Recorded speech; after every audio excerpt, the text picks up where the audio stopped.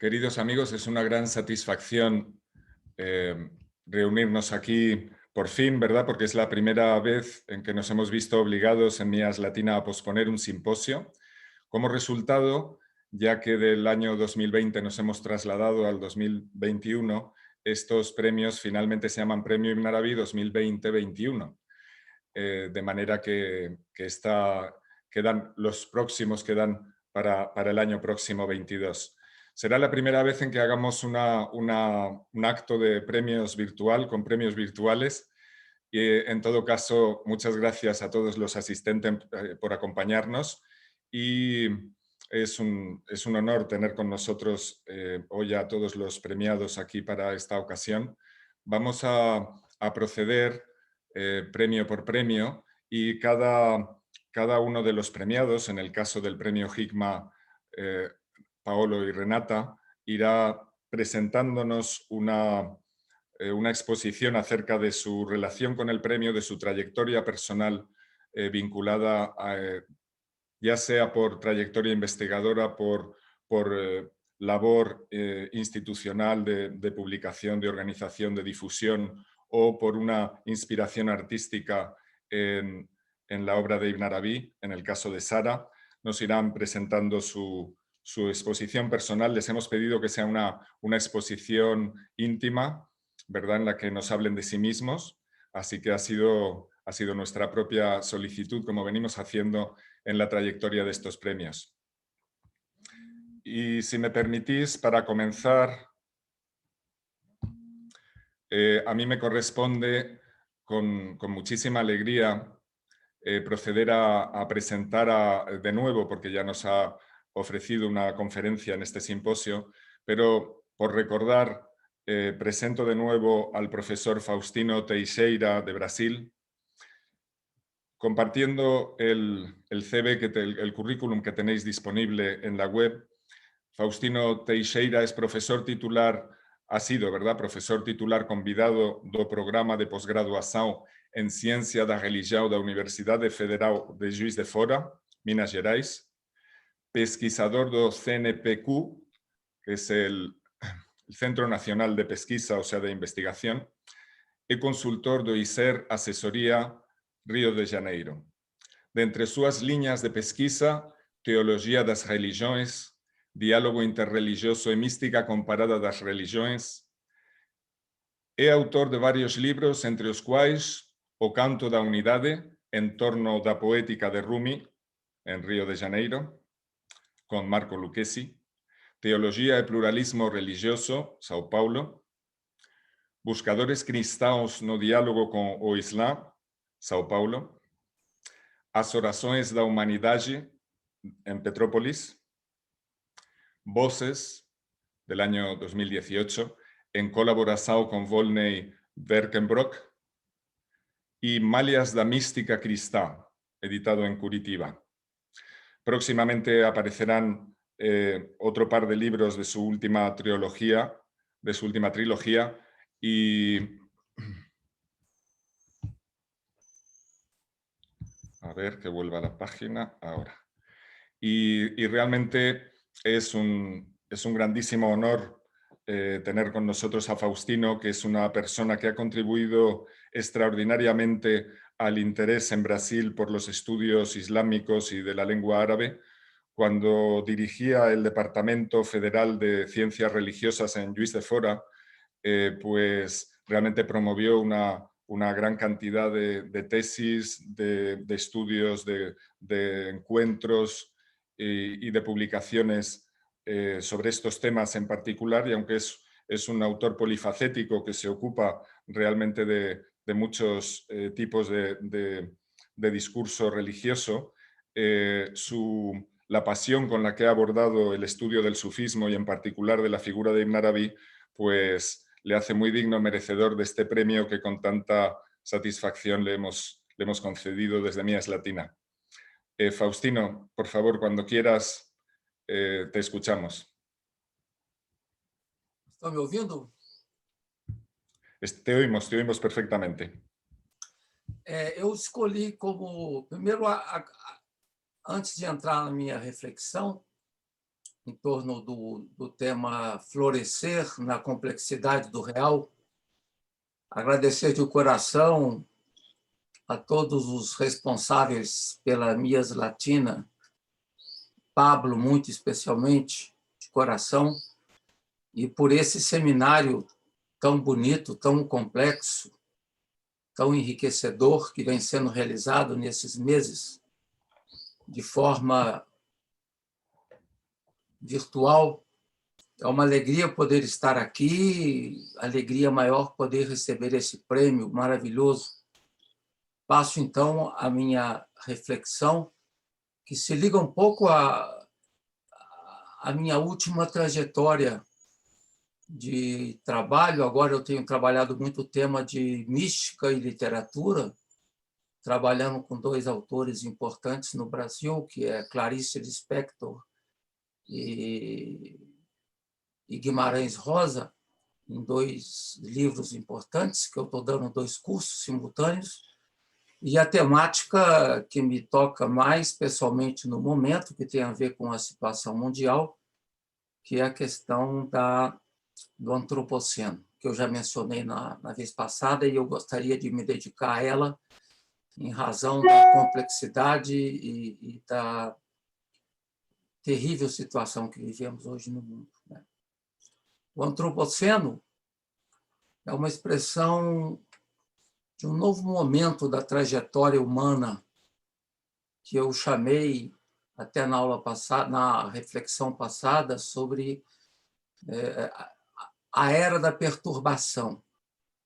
Uma nova época marcada pela instabilidade, por muita instabilidade. Curiosamente, foi algo já previsto por Hans Jonas, em seu livro O Princípio da Responsabilidade, de 1979, um cenário que foi filosoficamente antecipado por ele, marcado por traço ilusório ou delirante, que animou a lógica do moderno processo de desenvolvimento científico e tecnológico. Isso levou a uma perda de controle que trouxe e traz consequências dramáticas, como a incapacidade de proteger a natureza e a humanidade dos elementos destrutivos da sua própria obra. Uma inusitada impotência, lá onde parecia que tínhamos atingido o apogeu da autodeterminação. É quando, então, a Terra sofre o tranco da ação predadora do humano e começa a reagir de forma surpreendente e muitas vezes violenta, mostrando sua fase intrusa. A nossa pegada humana é bruta e violenta. A marca do nosso pé está em todos os lugares, com suas fantasias de exclusividade. Diz Bruno Latour, grande antropólogo, todos sabiam que a questão dos limites se apresentaria mais cedo ou mais tarde. Mas a decisão tomada, ao menos entre os modernos, os humanos, foi a de ignorar solenemente o problema, motivados por uma forma muito estranha de desinibição. Poderiam muito bem seguir saqueando o solo, diz Bruno Latour, usando e abusando dele sem dar ouvidos aos profetas do infortúnio, já que o próprio solo permanecia relativamente quieto. Mas resistências bonitas hoje nós vemos por todo lado, como no mundo, com Greta Thunberg, como no Brasil, com os grandes líderes indígenas, como Davi Copenáua, Ailton Krenak, lideranças quilombolas importantes, que produzem gestos barreiras, que denunciam com coragem e ousadia a chama que ameaça a Terra. Incrível. Mas os que mais resistem são também os portadores das cosmologias mais antigas, os povos originários, os quilombolas, aqueles que são especialistas de fim de mundo, que já morreram muitas vezes. Em linha de tensão com os humanos, assistimos a atos de ressurgências, para usar um termo antropológico recente, muito utilizado, ressurgências face ao colapso climático que vivemos. A nova percepção que anima os terranos que se opõem aos humanos, ou os terrestres, prestar atenção aos não-humanos, como foi até colocado na palestra anterior, né? Você saber ler a linguagem da natureza, saber ler a linguagem dos rios, das montanhas, né? Como os grandes mestres do esoterismo são capazes de perceber. Né? Prestar atenção aos não-humanos, como agentes políticos, que também participam da fabricação do mundo, agentes a cuja movimentação é preciso prestar atenção e com quem precisamos, mais do que nunca, aprender a compor para seguirmos existindo. A antropóloga Donna Haraway não fala em perspectiva pós-humana, ela fala em perspectiva compostiva ou compostista. Achei super interessante essa expressão, né? Que busca compor com a diversidade, gerar e reconhecer parentes. É o que há de mais difícil e urgente hoje, no sentido de formar espécies companheiras. Há que abrir outros caminhos que defendam mais afinidades e não só identidades. Essa é a pista aberta para gerar comunidade com outras espécies. Há que aprender a florescer na complexidade, buscar regenerar o caminho cooperativo e não simplesmente afirmativo. Trata-se de compreender o presente de forma mais sutil e densa, deixando-se habitar por sua complexidade, como tão bem nos ensinou Ibn Arabi. A percepção de que tudo está interligado provoca necessariamente um novo ritmo para se pensar a espiritualidade. O Papa Francisco desenvolveu com pertinência essa questão em sua carta encíclica Laudato Si, sobre o cuidado da casa comum. Somos parte desse universo, somos terra. Todo o universo vem envolvido pelo sopro misericordioso do mistério, que se revela em todo lugar, na folha, na vereda, no orvalho, no rosto dos pequenos. Habitar espiritualmente a terra é deixar-se maravilhar por uma espiritualidade ecológica, para usar a expressão de Francisco. O ritmo dessa nova espiritualidade é marcado pelo cuidado, pela generosidade, pela cortesia, pela hospitalidade. É algo que se processa nos mais simples gestos do cotidiano, na concretude da vida do real, nas veredas da história. É uma espiritualidade que vem contagiada pelo cuidado e a preservação terna com todo o criado e com todas as espécies companheiras, no reconhecimento de seus direitos característicos. Essa espiritualidade reserva um lugar especial para a paz interior, suscitando um estilo de vida diferenciado, para além da pressão do desempenho tão presente em nosso tempo. Há que resgatar, como sublinhou Byung-Chul Han, o primado da vida contemplativa, da paciência, do descanso, em função de uma atenção mais profunda às nervuras do real. Um olhar demorado e lento, desperto e acolhedor. A espiritualidade é essa capacidade de celebrar a vida em profundidade. Ela aciona qualidades essenciais e potencialidades de abertura que procedem do mundo interior e do espírito. É dela, desse fundo maravilhoso, que se irradiam com uma fragrância única, os toques singulares do amor desinteressado, da gratuidade, da atenção e da hospitalidade. A espiritualidade aciona o movimento desses valores fundamentais que são irradiados como perfume por todo canto. O grande desafio do século XXI é a nova reverência para com a vida, em favor de um outro mundo possível. Há uma pista bonita lançada por esse mesmo filósofo, Byung-Chul Han, em favor de um novo ritmo contemplativo. Na sua obra Sociedade do Cansaço, sublinha que o que marca o século XXI é a ideia de desempenho. Somos todos convocados a entrar no compasso da produção. Isso pode provocar a sensação de poder, mas vai produzindo cada vez mais sujeitos deprimidos, esgotados pelo esforço de evitar o fracasso, de não corresponder à produtividade exigida.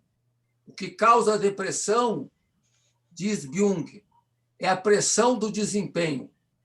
Daí a sede contemplativa, que essa mesma sociedade adoentada pelo desempenho suscita, de uma atenção mais profunda e paciente ao real, de ampliação serena da capacidade de ver. Em bela obra sobre o jardim, esse filósofo, Byung, lança o desafio de uma nova consciência planetária, pontuada por singular sensibilidade para com a Terra, que exige um cuidado particular.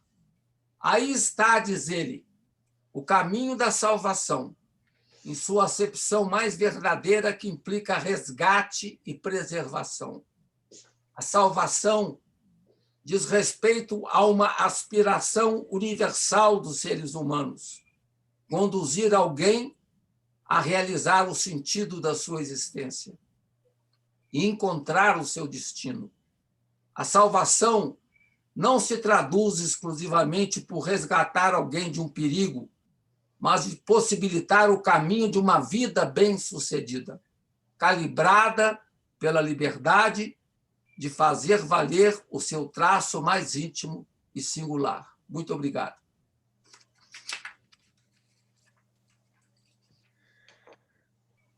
Gracias, Faustino, por brindarnos esta actualidad de tu pensamiento más íntimo y tan ligado a nuestro momento y a nuestra experiencia actual. Me quedo con el deseo de haber escuchado más también acerca de tu trayectoria, pero tu trayectoria está accesible en los medios, en tus publicaciones, y este momento tuyo cordial, tan en afinidad con el pensamiento de Ibn Arabi, en esa propuesta de escuchar la voz de todos los seres y de ser conscientes de esa interconexión de la que nos has hablado, pues realmente es un regalo que nos haces en esta ocasión, y es con suma satisfacción que pido un aplauso a todos los presentes, aunque sea virtual y silencioso, en el momento en que Mías Latina te concede con gran satisfacción el premio Tarjuman Ibn Arabi.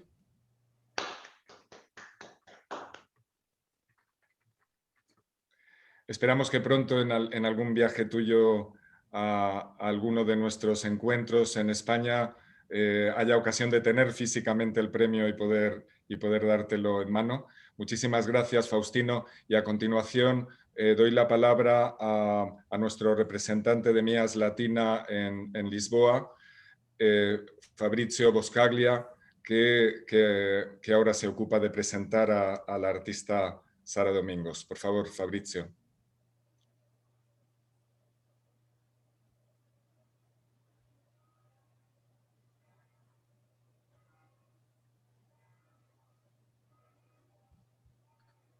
Boa tarde a todos. Obrigado, Pablo. Por favor.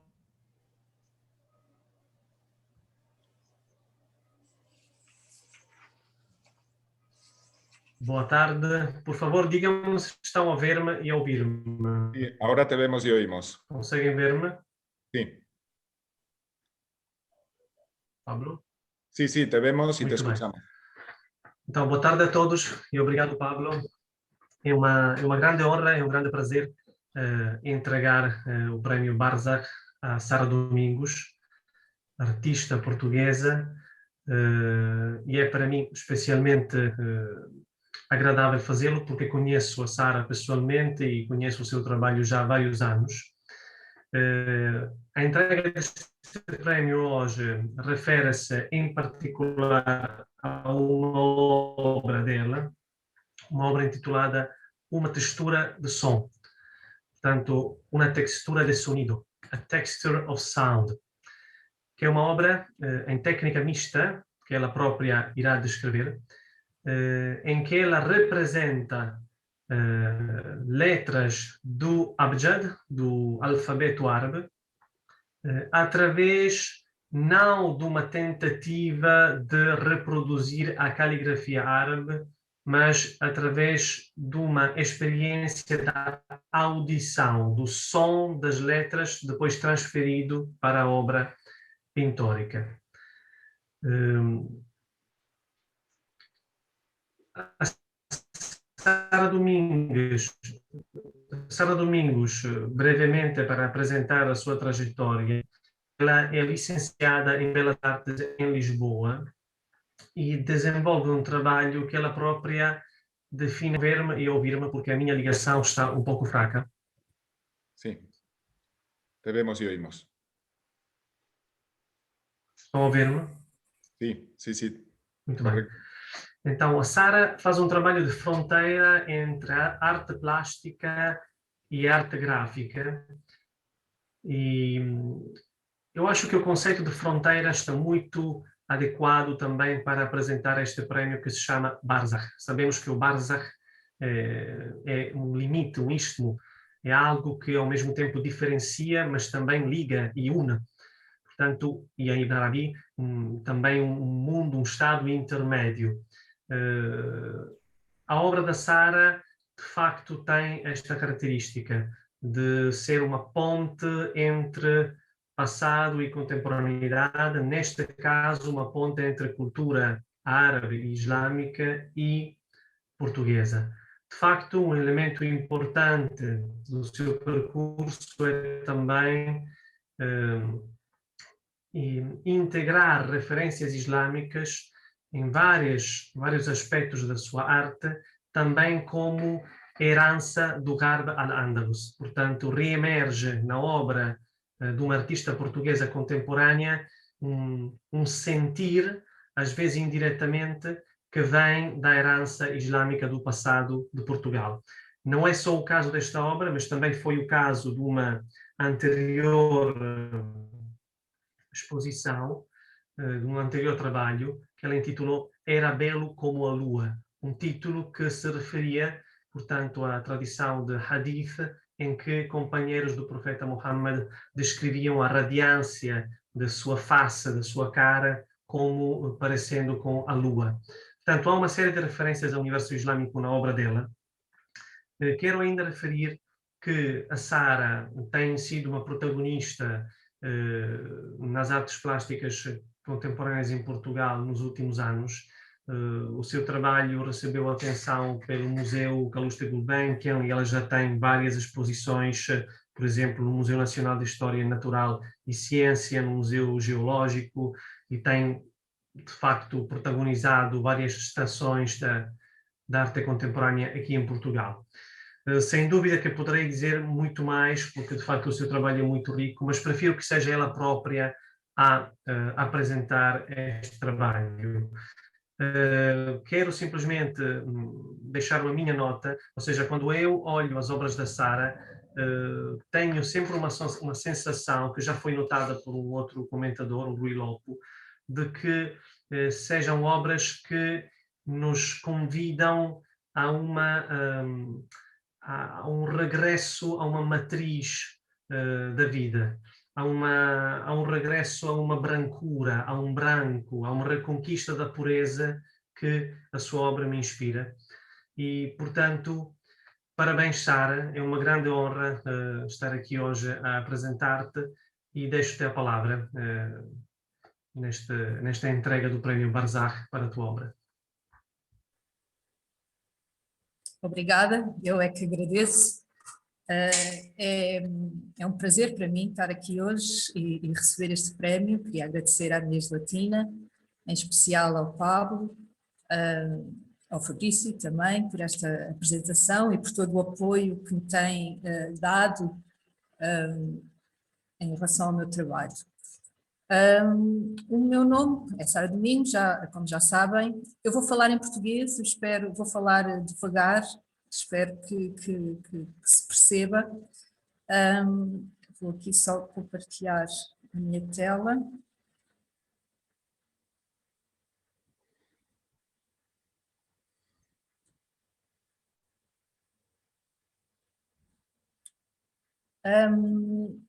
Eu sou licenciada em Belas Artes, na especialidade de Design de Comunicação, pela Universidade de Lisboa. E encontrei o meu ateliê no centro da cidade de Lisboa, onde tenho desenvolvido o meu trabalho. É um antigo armazém pombalino, com restos de arquitetura pré-terremoto, grande terremoto de 1755, situado por baixo da Igreja da Madalena, uma das mais antigas de Lisboa. É o lugar onde, em época medieval, existiu um hospital, albergaria para os peregrinos que iam à Terra Santa, e está localizado, se recuarmos um pouco mais no tempo, no antigo e grande arrabalde e muito próximo da entrada principal da Medina da época islâmica. Ao confirmar-se a passagem de Ibn Arabi por Lisboa durante a sua juventude, ele terá certamente andado por este local onde eu me encontro. Tenho desenvolvido um trabalho artístico interdisciplinar que toca subtilmente a linha de fronteira entre as artes plásticas e as artes gráficas. Este lugar de fronteira veio a tornar-se o tema central presente na minha obra, mas a minha preocupação tem igualmente a ver com o universo intercultural como uma força unificadora baseada em valores humanos e apelando para o universal da nossa condição humana que transcende o tempo e o espaço geográfico. Fui tendo contacto com o mundo islâmico através de livros, da música, de viagens que realizei e de pessoas que conheci. Recordo-me que um dos primeiros filmes que vi foi o Baba Aziz, do Nasser Himir, que já foi também galardoado com este prémio, e costumo ter na minha playlist de músicas o Eduardo Paniagua, que também já recebeu este prémio pela Inês Latina. Em 2012 comecei a aprofundar o meu conhecimento pelo sufismo. Entre 2015 e 2017 desenvolvi um conjunto de peças intitulado Uma Textura de Som, que é este trabalho que estamos agora aqui a falar, baseado nas letras do consonatário árabe Abjad, onde trabalhei sobre a abstração visual do som de cada letra do alfabeto árabe. Eu vou falando, vou passando imagens deste trabalho para vocês poderem ver. Na zona de Lisboa, os vestígios materiais dos 5 séculos da presença islâmica não são fáceis de encontrar. Lisboa tem uma aura de permanência e é uma zona portuária e foi devastada por sucessivos terremotos. Mas esta impermanência pode igualmente ser vista na perspectiva onde o encontro intercultural foi e continua a ser muito grande. Ao estudar a história da cidade, mais propriamente relacionada com as artes e com os ofícios, é impressionante ver a quantidade de nomes ligados a profissões, a técnicas, a materiais e a ferramentas, a vestuário, a vocábulos de origem árabe, ainda existentes, e muitos outros que já caíram em desuso. Então, a influência linguística do cotidiano parece-me ser o elemento forte que perdurou nesta zona. Assim como a civilização islâmica se tornou riquíssima, fruto de culturas e de ambientes diversos, este meu projeto seria uma forma de retribuição desse legado na cultura portuguesa. Neste projeto, a minha intenção não foi fazer um trabalho caligráfico, mas através da representação tradicional de cada letra, porque elas são reconhecíveis, foquei-me no som como a sua essência primordial. Eu, aliás, desconheço o ritmo e as proporções da arte da caligrafia.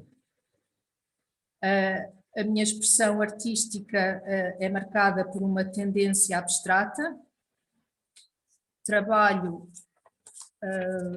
num plano pictórico onde vou desconstruindo formas, limites, reduzindo um tema ao conjunto das suas características essenciais. Aqui trabalhei a abstração num plano normalmente esquecido, o do escutar. É assim uma abstração visual de um som, é uma expressão visual sobre o som do espanto da origem da criação.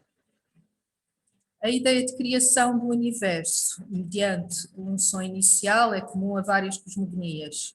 Segundo a tradição, existe uma música inaudível em toda a criação e toda a matéria se encontra perpetuamente num estado de vibração. Encontramos também importantes referências ao som na recitação do Corão, que só mais tarde é escrito, e num hadith do profeta Muhammad, que relata que por vezes a revelação era recebida de forma semelhante ao estrondo de um toque de um sino e que só depois lhe era retido o que era dito. A língua também é um dos fatores de união do mundo árabe. Segundo Ibn Arabi, é no exercício do equilíbrio dos contrários que se tem uma vivência integral da realidade. Segundo essa dinâmica de contrários, do intemporal e temporal, do eterno e finito, e sendo as letras princípios matriciais por meio dos quais se origina o mundo, através da relembrança da sua vibração mais subtil, coloquei-me assim numa posição intermediária ao som, ao efeito desse som. O som sendo feito de cheio e de vazio, numa inspiração profunda, pronunciei o nome de cada letra e deixei-me ser o instrumento, sem perder a dimensão e consciência do meu ser, para que as letras, reflexos do som desse espanto original, emergissem da inspiração e se desenhassem a si próprias, mas ao mesmo tempo permitindo que me tornasse mais consciente através delas. É esta representação visual de um som que, na realidade, como sentido, é sempre percebido antes da forma, e que, como textura, o transformo numa memória visual. A textura deste som será como que a trama de uma sombra projetada dessa realidade primordial, que faz nesta sua projeção um reflexo formal do zumbido do universo. Utilizei uma técnica mista sobre papel, misturando acrílicos, aguadas e tinta da China, e a baixa gama cromática que utilizei acaba por ajudar a focar a ideia de som. Só mais uma. Ora, a dinâmica entre artista e espectador faz com que o trabalho não seja estático. E como resultado, eu espero que este trabalho sirva de diálogo entre pessoas como expressão de uma linguagem universal e que a elegibilidade, quando presente, possa permitir infinitas leituras criadoras. Este trabalho tem sido uma descoberta para mim e é a minha intenção que continue de forma viva a ser mostrado. Já participei, como referiu o Fabrício, em várias exposições coletivas, em Portugal, em França, Itália, exposições individuais, nomeadamente no Centro de Estudos Luso-Árabes de Silves e no Museu Municipal de Faro. Vou só passar o resto das imagens deste trabalho.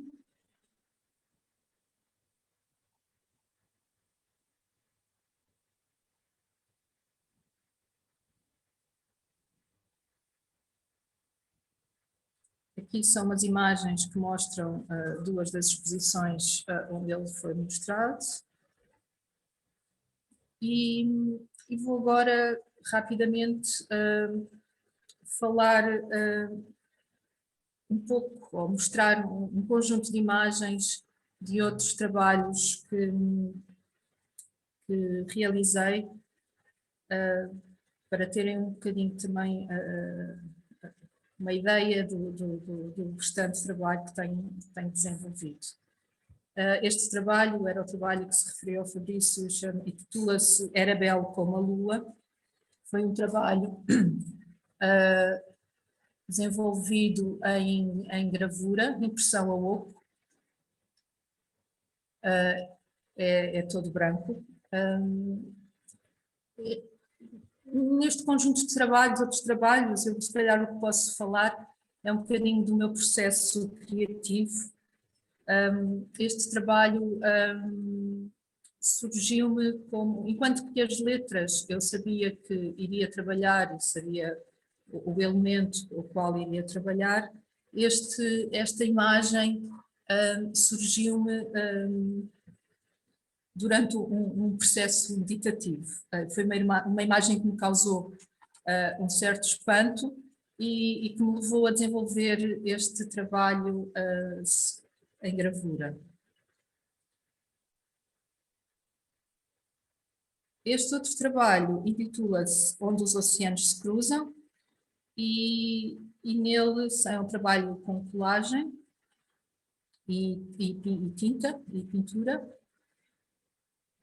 onde explorei o tema desses dois locais que se cruzam e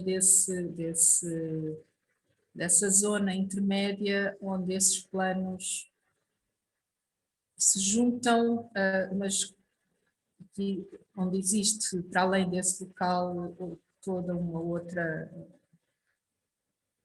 outro mundo.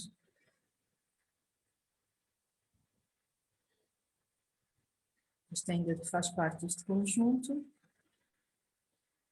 Este trabalho é um trabalho que fiz para um colóquio no Centro Cultural Luso-Árabe de Silves e foi um trabalho, o colóquio intitulava-se A Coexistência Cultural no Garbo Andaluz.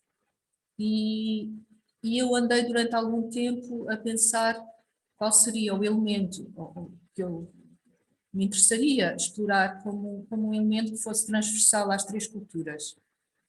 Investiguei e de repente tomei consciência que o elemento que eu queria explorar era uma palmeira, que na verdade era um tema que eu gostava de explorar em trabalho e que aqui acabou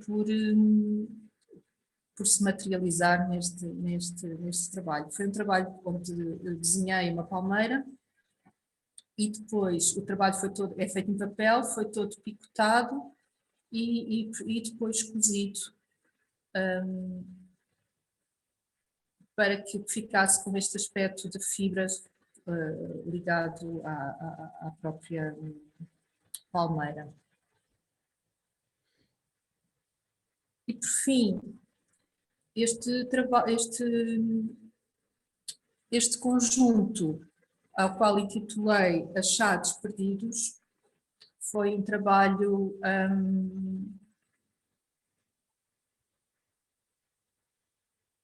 foi desenvolvido em 2019 e eu depois, após ter feito este trabalho, eu costumo ter no meu ateliê, costumo assentar as peças que quando estão encostadas, não estão arrumadas, sobre um conjunto de azulejos do século XVIII, uns azulejos pombalinos, que eu recolhi numa obra próxima aqui do meu ateliê,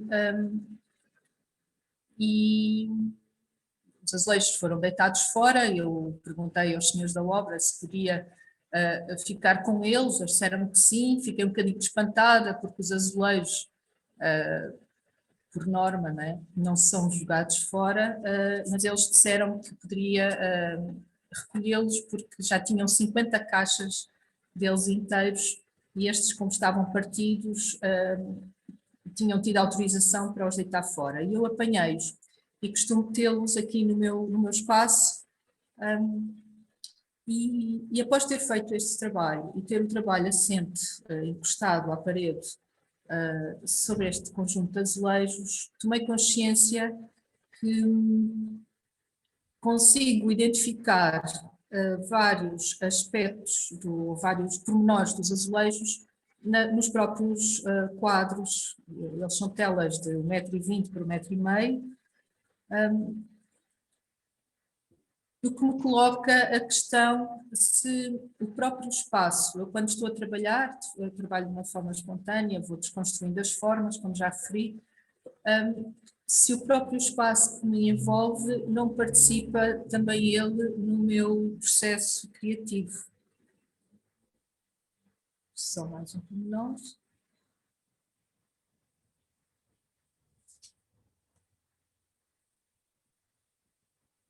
E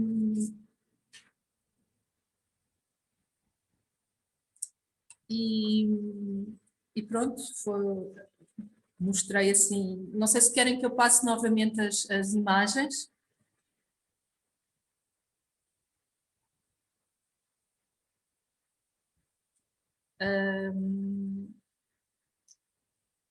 Queria agradecer mais uma vez, é uma grande honra e estou muito contente por aqui estar hoje. Muito obrigada. Obrigado, Sara, mais uma vez, e é com muito gosto que, portanto, em nome da Mias Latina, te entrego o prémio Barzakh e um aplauso Obrigada. para a Sara Domingos e o seu trabalho Uma Textura de Sol. Quero ainda dizer que, para quem quiser familiarizar um pouco com a sua obra, pode ir, agora vou partilhar, ao site da Sara Domingos. Eu agora vou partilhar no chat o link, e aqui pode ver algumas das letras do abjad que ela fez nas imagens que mostrou. Aqui temos um Ra, um Fá, um Nun, há várias delas. Portanto, se quiserem familiarizar e saber mais sobre este trabalho, ele está de facto representado online. Mais uma vez, obrigado, Sara, parabéns. Obrigada. E tem sido um gosto para mim partilhar este percurso contigo ao longo dos anos e fico muito contente. Obrigado. Obrigada. Bien, gracias Fabrizio, gracias Sara. Y a continuación tiene la palabra para la entrega del próximo premio nuestro amigo y representante de Mias Latina en Italia, Omar Zein. Grazie Pablo. Mi fa molto piacere rappresentare l'ultimo premio oggi, l'ultimo ma di importanza, tutti sono importanti, ultimo cronologicamente, che sarà il premio della Hikma. Il premio di Hikma riguarda l'achievement institutional, non mi viene la parola in italiano, institutional achievements, che viene molto chiaro perché Paolo e Renata sono quelli che hanno vinto questo premio, ora quando introdurrò. Paolo, insieme a sua moglie, ha fondato l'Association Perennia Verba, che dal 1997 pubblicava una rivista con lo stesso nome e ora monografie in studi tradizionali. Paolo è autore di numerose pubblicazioni, tra cui libri e articoli su sufismo e sulle scienze tradizionali. Lui ha partecipato e contribuisce a numerosi eventi Mias, sia Mias UK sia Mias Latina. E Paolo organizza anche tramite Perennia Verba la scuola estiva annuale in studi sufi, che si svolge ogni anno in un luogo diverso. L'ultimo evento fisico, prima della pandemia, è stato a Sarajevo, dove io ho incontrato la prima volta sia Paolo sia Renata. La scuola l'anno scorso era online e sarà online anche quest'anno, ma tutti noi speriamo di viaggiare presto di nuovo per l'evento successivo.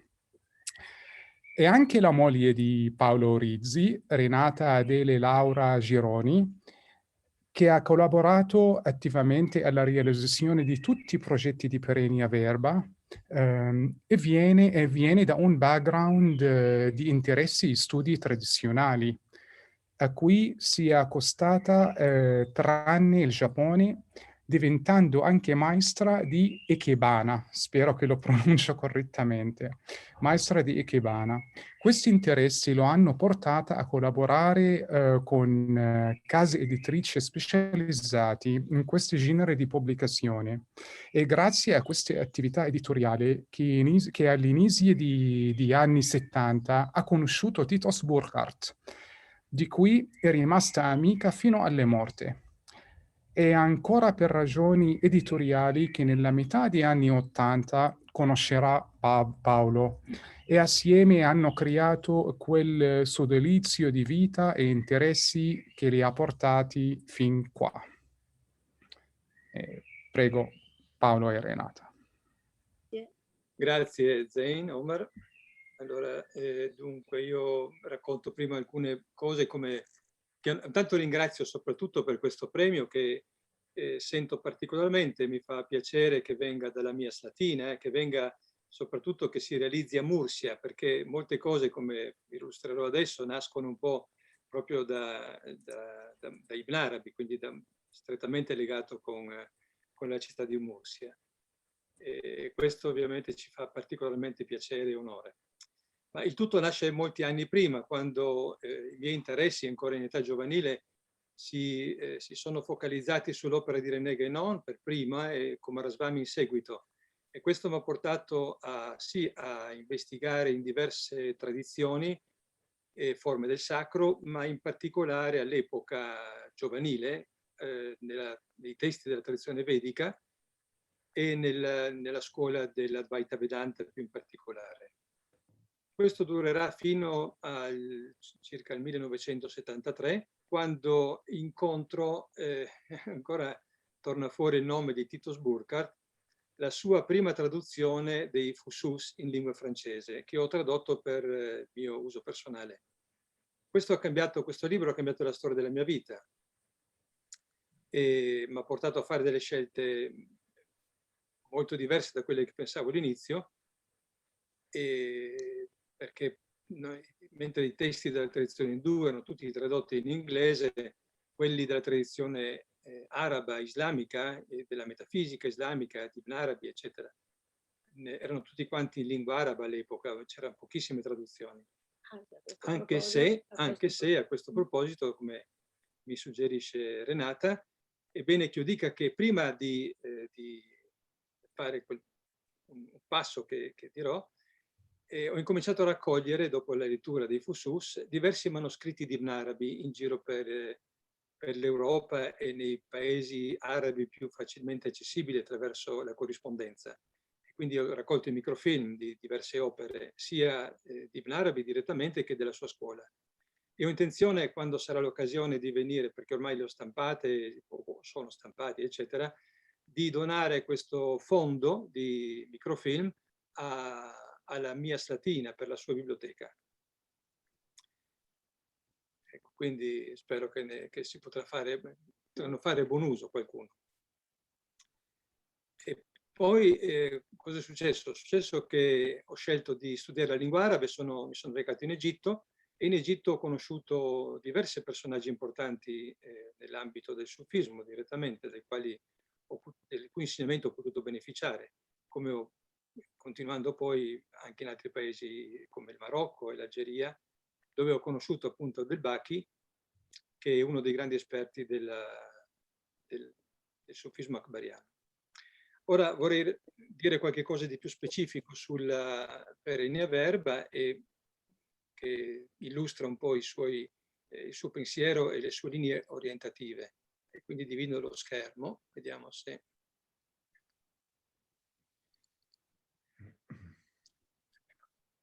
Dovrebbe essere visibile per tutti.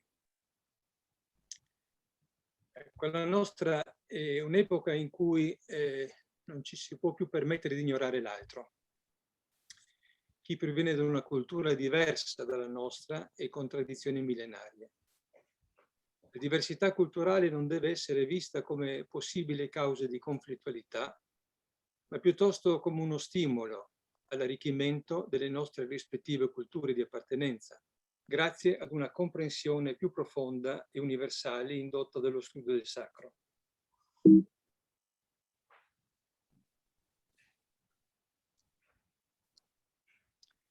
Perenne Verba è nata dunque con l'intento di far conoscere la filosofia perennis, quella sapienza increata che per Sant'Agostino è come è sempre stata e rimarrà per sempre. Senza dimenticare che ogni espressione della verità divina comporta in sé qualcosa di unico e di esclusivo, che la rende incomparabile all'interno del suo proprio linguaggio simbolico. Questo è anche lo spirito universale cantato da Hallaj, da Rumi e da Ibn Arabi, uomini per i quali la vera religione, dal tempo primordiale fino alla fine dei giorni, è una e identica presso tutte le religioni rivelate quanto alla sua realtà essenziale, poiché la differenza non concerne che la forma, una differenza di linguaggio che non sopprime l'identità originale e l'unità metafisica.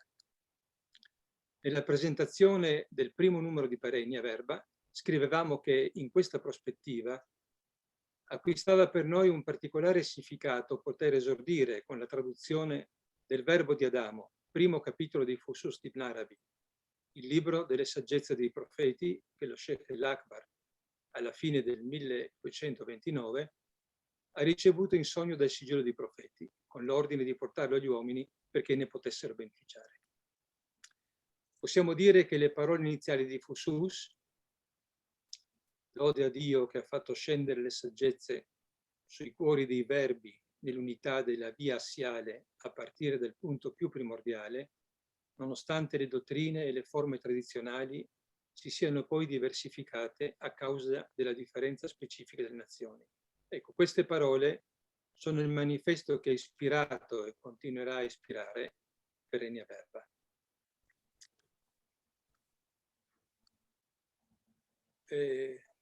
Quindi, come ci ha già detto Omar, Perennia Verba pubblica e ha pubblicato, continua a pubblicare ora delle monografie che raccolgono diversi studi in ambiti tradizionali distinti, e ha collaborato anche con l'Officina di Studi Medievali per una serie di opere, di conferenze prima e di monografie intitolate Prospettive sacre d'Oriente ed Occidente. Ora è concentrata abbastanza su questa Summer School, che è di orientamento esclusivamente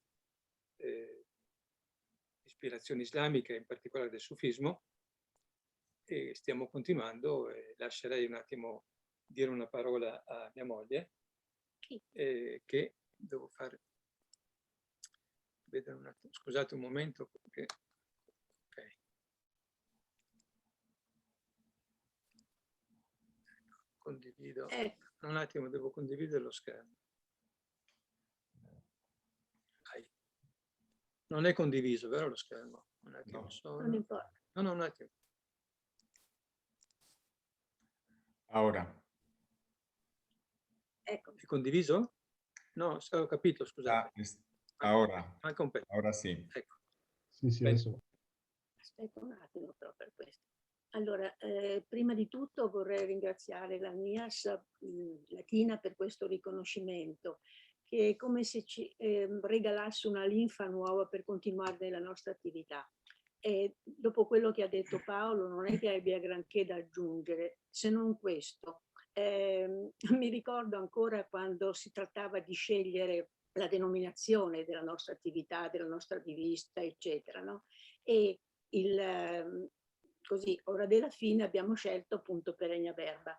Quando ecco che un amico latinista ci dice: ah, ma avete sbagliato tutto, non vi ricordate quando al liceo abbiamo tradotto il De Bello Gallico, il De Bello Civili, non si mette prima il sostantivo e poi si mette prima adesso faccio una grande confusione, non si dice Perennia Verba ma Verba Perennia, perché va posposta la cosa. E in realtà da un punto di vista così del latino aveva ragione, ma noi il suono Perennia Verbia ci piaceva tanto e abbiamo continuato in questo filone. Ora vi voglio raccontare un episodio che inizialmente direte ma cosa c'entra con Perennia Verba e tutto il resto, però ve lo voglio dire lo stesso e alla fine capirete. Orbene, in Italia intorno agli anni 90 c'è un professore laureato all'Orientale di Napoli, che aveva tradotto la collana delle visioni di Pamasambhava, però aveva ancora dei dubbi sulla traduzione del testo e per chiarire questi dubbi contatta un lama tibetano, Lodro Gyatso, che viveva in India e che aveva conosciuto precedentemente. Il lama consente all'incontro. Il nostro Baroetto prende, va in India, sta X tempo con il lama e chiarisce i suoi dubbi, anzi il lama aiuta Baroetto anzi lui stesso, un commento all'opera della collana delle visioni. Quando è l'ora del commiato, il lama si rivolge al nostro Baroetto con queste parole. Ecco, dice: qui termina anche il mio povero commento, ma tu molto altro ancora potresti apprendere. Applica l'insegnamento con ciò che già sai e conoscerai. Poi, quando vedrai la stella risplendere sul leone, capirai che è giunto il momento di pubblicarlo. La stella sul leone, domanda Baroetto, è un'indicazione astrologica, risposta del lama. Ora non puoi capire, ma quando verrà il momento non avrai più dubbi. Passa un po' di tempo e Baroetto va al Salone del Libro di Torino. Girovaga fra i vari stand, quando ecco che improvvisamente si imbatte in uno stand, vede tutti i libri che hanno come logo proprio la stella sopra il leone ed è l'edizione del Leone Verde Edizioni. Perciò questo per dire che un lama tibetano, lontano chilometri e chilometri, con la sua bassira, aveva già visto che questa casa editrice era una casa del tutto particolare e veramente molto coraggiosa. Per cui è con Fabio Tiziani e sua moglie che io voglio condividere questo riconoscimento.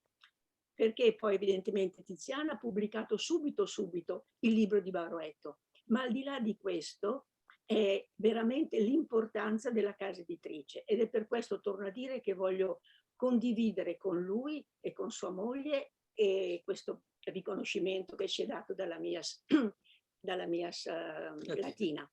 Per concludere vorrei dire un'altra cosa, che non è solo con il Leone Verde che voglio condividere il premio, ma anche con un altro amico che si interessa della parte burocratica di tutta l'organizzazione ed è Alessandro Giucastro, che spero sia presente e se non è presente glielo diremo poi.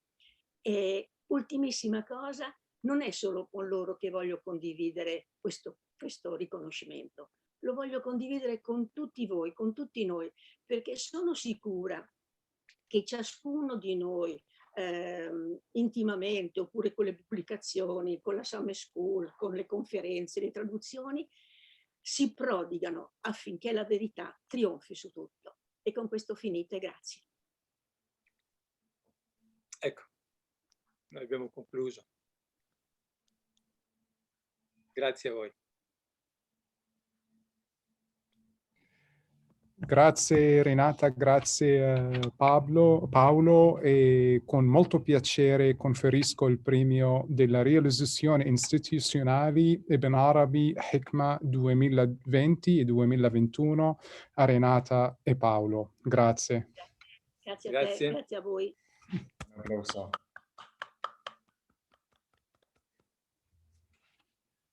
Está con nosotros efectivamente Alessandro y no sé si por alusiones a este premio Condiviso querría decir algo. Señor Giucastro. No, no. Forse non è presente. Bueno, esperamos... Sono qui. ho ascoltato tutti i vostri interventi con grande interesse, sono veramente onorato e ringrazio Paolo e Renata per avermi menzionato nei ringraziamenti e nei riconoscimenti. Grazie a tutti voi. Bueno, pues creo que ha sido una ocasión de encuentro y de celebración de una extraordinaria belleza. Agradecemos desde MIAS estas 3 contribuciones que nos habéis brindado y sería tal vez ocasión, aunque no es la tónica después de una presentación de premios y aunque ya son las 8:15 aquí en España, pero creo que sería el momento de que las personas que acompañan esta celebración puedan tal vez plantear alguna pregunta o hacer algún comentario. Así que solo hay que abrir el micrófono y estamos abiertos a toda participación.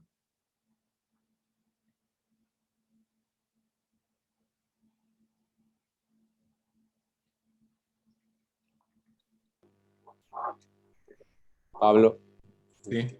Sí, quería simplemente saludar a los amigos que han intervenido hoy. Realmente ha sido una tarde muy bonita y una cosa muy breve en relación a la presentación de Luca, que me ha sido fabulosa, de verdad. Spero che mi entienda. Luca, ci siamo conosciuti a Sarajevo, mi ricordo,